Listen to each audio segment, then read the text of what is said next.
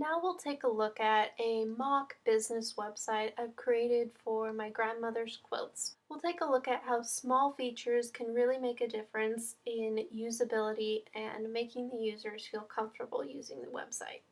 First, we'll take a look at the logo. The logo is in the traditional top left-hand corner of the screen and has a link back to the home page. This is a very common practice and users are comfortable with it, so it's important to keep that into consideration.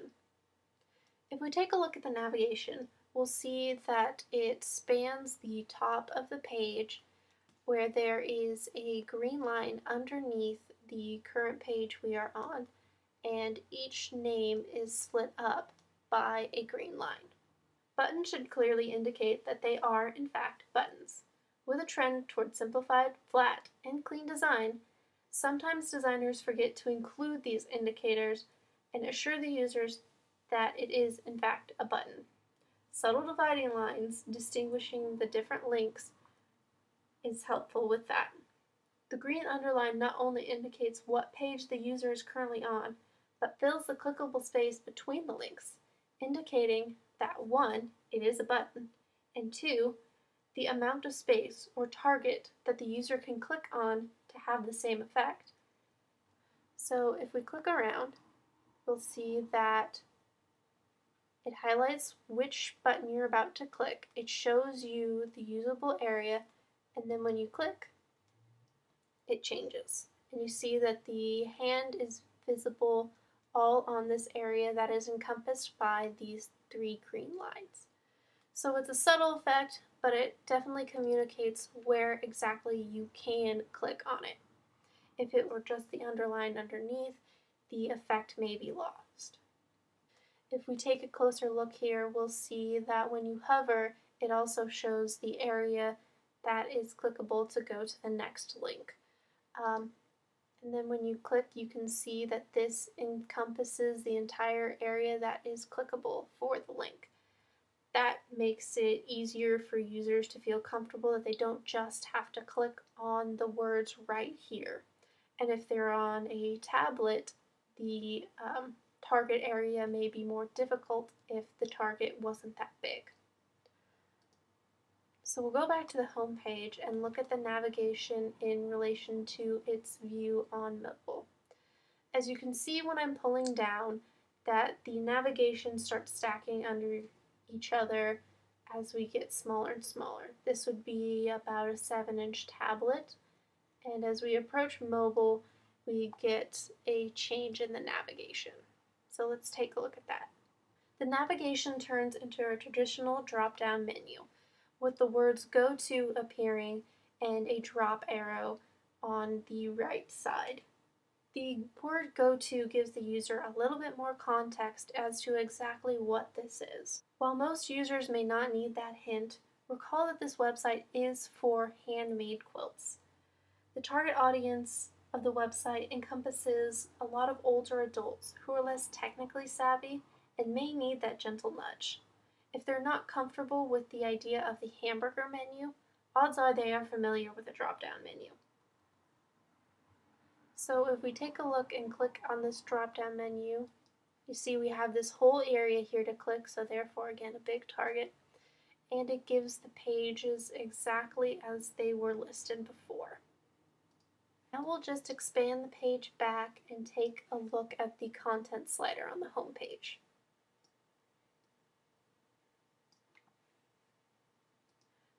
The content slider begins with an image of Jean herself at work.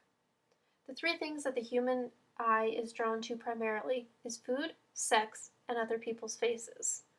Not only does Jean's picture draw the user's eye, but it puts a face to the product, which may help create an emotional connection. Emotional connections have a major influence on user behavior, more so than users tend to admit. By being able to create that connection, users are more likely to stay on the site longer. And the effect is not lost when we go back down to mobile. As you see, the slider is responsive and will size accordingly. If we take a look at this area at the bottom, we just have a small introductory paragraph. There's no real pertinent information, but it does help create an emotional connection. The About Jean page has the story of how Jean became interested in quilting and built up such experience with creating such intricate quilts. This page is important because it reinforces the emotional connection between the website's users and her products. If you see, we have her personal story here, and then we have another picture of her standing by her quilts. You can see her face. Quilts take a considerable amount of time and labor, so much of the value and subsequent cost is derived from that time and labor. To convince users that the product is worth the expense, it is crucial to build up an emotional connection. Studies have shown that personal stories are considerably more effective at convincing the users than hard facts or statistics. Therefore, Jean's personal story was included to build the value of the emotional connection. The current inventory page has a small introduction and another responsive slider with captions to display the pre-made quilts she is willing to sell. To find out pricing or other information about the quilts, they have to contact Jean. Not having this information available to users can be frustrating, but by showing them attractive images of the full size and scope of her art, they may feel less burdened and more willing to take that next step. Again, the emotional connection we were building with the previous pages will help bridge this gap for users. The Custom Quilts page has some generic information about pricing and the process of making a quilt. Again, the primary goal of this page is to encourage users to contact Jean directly. And you can see we have a bright blue bolded contact link right here, and that links to our contact page. And if we go back to the current inventory page, we have the contact link displayed prominently there as well. Technique and Care discusses the history of quilts in brief, how they are made, and how to take care of your quilt. Giving the users that kind of information can be empowering and make them feel personally invested in owning a quilt. By giving them the knowledge about their product and ways to care for it, while ensuring the information is easily scannable, users can develop personal ownership and therefore an emotional connection. The image of the quilt spread out on the bed also enforces the emotional connection, and they make the user think, my bed could look this warm and inviting if I bought one of Jean's quilts.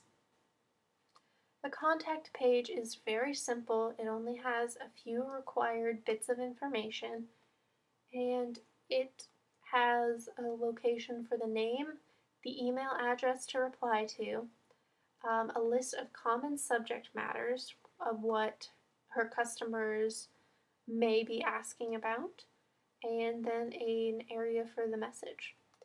And let's just fill out this form, but forget the email address to see what happens if a user accidentally doesn't fill out the form correctly.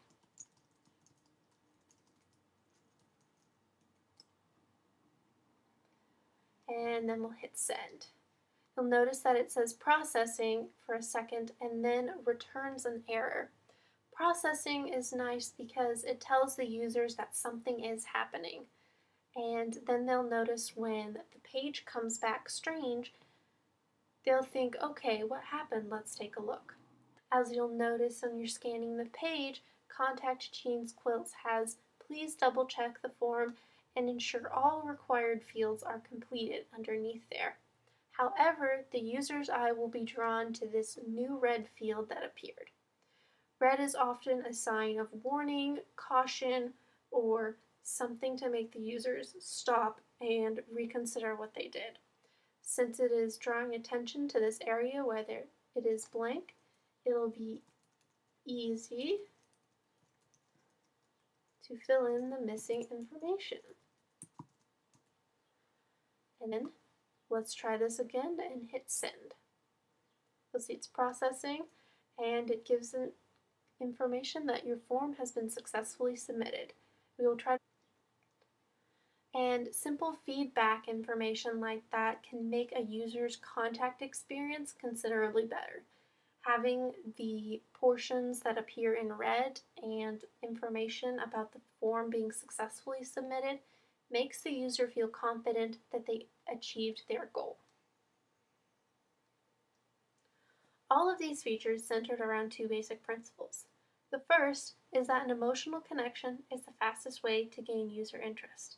Second, removing doubt and making navigation, or what the user should take as the next step, self-evident and simple, removes the user's frustration and therefore builds goodwill with the user.